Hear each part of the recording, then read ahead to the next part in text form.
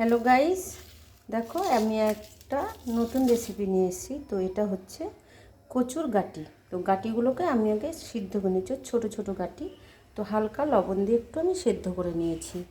তো এর মধ্যে একটা আমি আলু সেদ্ধ করেছি। তো কচুর গাটির হচ্ছে টক রান্না করব। তো এই লেবু দিয়ে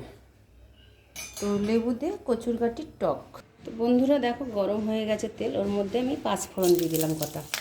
এইবার ওর মধ্যে আমি আলুগুলো দিয়ে, তো ওর মধ্যে আমি আলুগুলো দিয়ে দিলাম। তো গাটিটা হালকা করে আলুটা ভেজে নিলাম। তারপর ভাজাটার মধ্যে এইবার আমি এই কচুর গাটিগুলো দিয়ে দেবো। এগুলো হচ্ছে গোটা কচুর গাটি। দেখো, তো এটা দিয়ে আমি কচুর গাটির তরকারি করবো, মানে কচুর টক, কচুর টক রান্না করবো। তো বন্ধুরা, তোমরা কে কে খাও এভাবে কচুর গাটির টক অবশ্যই বলবে।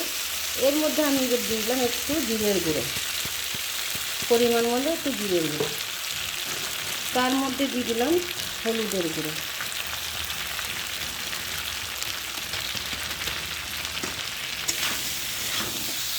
তো দেখো, এটা একটু লোদলোদি হবে। তো কচুর গাটির টকটা কেমন হবে বন্ধুরা অবশ্যই জানাবে। এবার এর মধ্যে পরিমাণ মতন একটু লবণ দিয়ে দিলাম। তার মধ্যে আর একটু হলুদ গুঁড়ো দিতে হবে, তো অবশ্য হলুদ গুঁড়ো একটু কম হয়েছে। এর মধ্যে আমি একটা লঙ্কা, কাশ্মীরি লঙ্কার গুঁড়ো অবশ্যই দিয়ে দিলাম, তো একটু কালার হবে।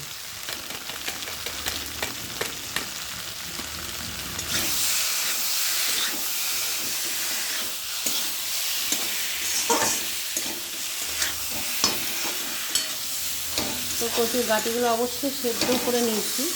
তো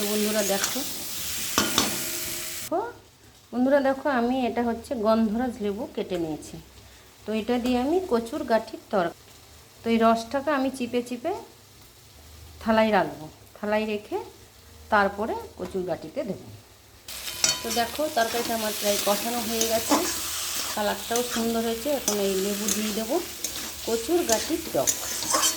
মানে কচু, ছোটো ছোটো কচু অনেক আনে নেই ছাড়ানোর ভয়েতে। তো আমি এটা প্রেশারে সেদ্ধ করে নিয়েছি। সেদ্ধ করে নিয়ে টকটাকে আমি রান্না করছি। তো বন্ধুরা দেখো, লেবুটা আমি একটা থালায় করে দেখো চিপে নিলাম, কত করে রস হচ্ছে দেখো। তো বন্ধুরা, গাঠিতেই লেবুর রসটা আমি ঢেলে দিলাম। তো কালারটা আরও সুন্দর হয়ে গেছে, লেবু বললে অবশ্যই সুন্দর হয়। তো ভিডিওটা ভালো লাগলে অবশ্যই পুরোটা দেখবে। কালারটা দেখো কত সুন্দর। তো এটা একটু রসা রসা করতে হবে, তবে ভালো লাগবে। তো এটা একটু সেদ্ধ হবে, লেবুটা দিয়েছি তো টকটকও হবে। অনেকে মাছের টক খায়, তো আমি আজকে কচুর গাটির টক তৈরি করলাম। তো ভালো লাগবে খেতে। বন্ধুরা, তোমরাও এইভাবে রান্না করবে। তো বন্ধুরা দেখো, কচুর গাটিতে আমি এই জলটা পরিমাণ মতন দিয়ে দিলাম, না হলে এটা পরে জমে যাবে। এই দেখো, এটা টক টক হবে, তো খেতে অবশ্যই ভালো লাগবে। কালো জিরে, 5 ফোড়ন, শুকনো লঙ্কা ফোড়ন দিয়ে দেবে। এইভাবে ভালো লাগলে বাড়িতে তৈরি করে খাবে। কালারটা খুব সুন্দর হয়েছে।